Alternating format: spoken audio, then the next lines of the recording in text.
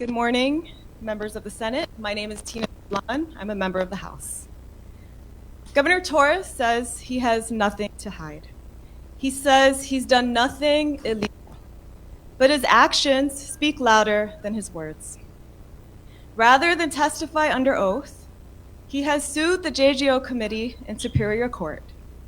And though he says he wants a fair trial, he is moving instead to avoid a trial altogether.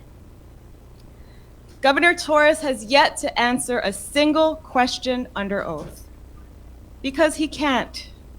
And now that he is facing criminal charges related to the same misconduct that we examined in the House, he won't. His motion to dismiss consists entirely of legal gymnastics, gaslighting, and character assassination. The Governor's Council said my name no less than 30 times in an hour during his presentation on Wednesday. My name appears no less than 60 times in the written motion. Nobody has given me more free, unwarranted media attention than Governor Torres and his council. Senators, what you heard on Wednesday was a lot of deflection and distraction. It was one-sided. You didn't hear the House. You didn't hear the impeachment record. You didn't even hear Governor Torres because he hasn't testified before you. The governor's motion to dismiss hangs heavily on the conflict of interest he alleges I had when I participated in the investigation and when I voted on impeachment. I consulted with several attorneys before and after I accepted the Democratic nomination for governor. There was no conflict for me. The law prohibits public officials from voting on official decisions if they may benefit from the matter under consideration, unless the potential benefit is incidental to that position.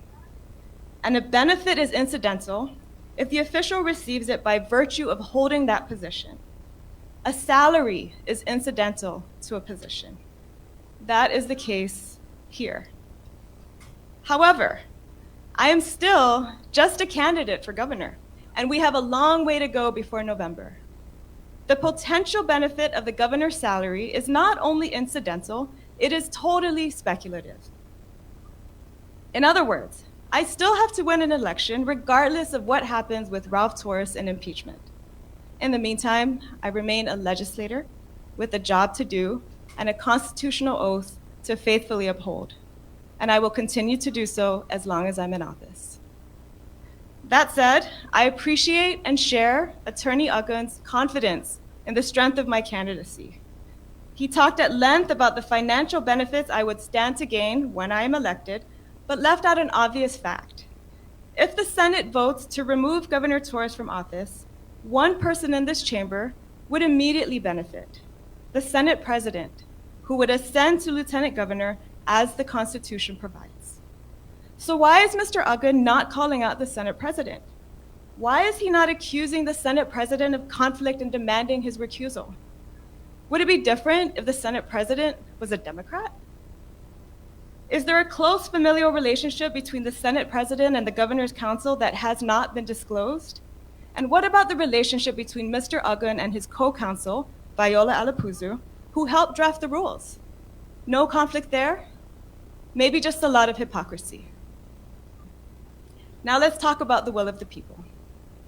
The will of the people that elected a new majority leadership in the House in 2020 that promised to hold Governor Torres accountable for his misconduct. The will of the people that was expressed in last October's special election when more than 60% of the voters of Precinct 3 chose Corina Magofnia, who openly supported impeachment. And the will of the people that was represented by 15 Democrats, Independents, and Republicans in the House, who collectively represent 89% of the voters across the Commonwealth, when they voted to impeach Ralph Torres. Senators, you would be ignoring the will of the people to dismiss the impeachment charges without conducting a fair trial. This is an excellent speech that impeachment is in the Constitution for a reason. Impeachment is not about undoing the will of the people.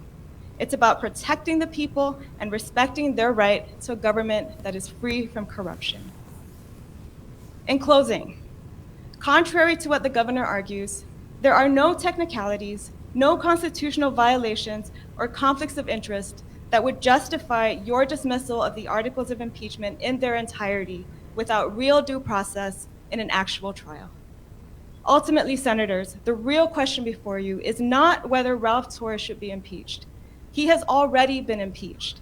The question before you is whether he should be removed, whether he should be allowed to continue inflicting damage on the office he holds and the public trust he has been given.